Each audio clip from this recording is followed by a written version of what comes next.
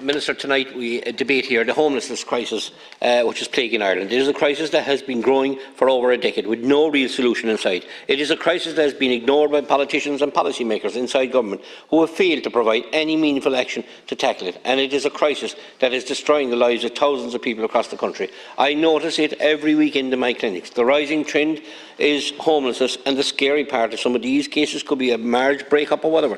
And in a lot of them are people sleeping in vans and cars. Quite a lot, even a huge increase I find in the last 3 or 4 months.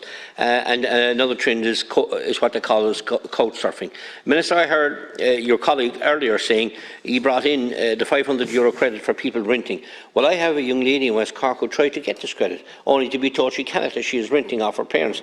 Now, this is all done above board. Her parents are registered with the RTB. Everything is above, as I say, above board. We've been told, no, she can't get this credit. The false explanation behind the prohibition on tenancies of this nature is that if such arrangement were allowed to qualify for the relief, it would leave the tax credit open to possible manipulation, where parents and their children could collude to create a tax advantage for either party, which was not warranted. It is crazy. Anyone, regardless of relationship, could manipulate the situation if they really wanted to. It's sad to see in these times we are miles behind our counterparts in other countries. And we speak here tonight about, I encourage you to, Minister, to look at them, continuing the eviction ban, because people are calling to me fierce worried. They've got letters of course, it's been held up now over the last 6 months, which is a relief to them, but their worry is that this will be reactivated again in the very near future, which will cause serious dangers. And my colleague, Deputy Danny Healy, mentioned about the Airbnb. This is a crisis you're making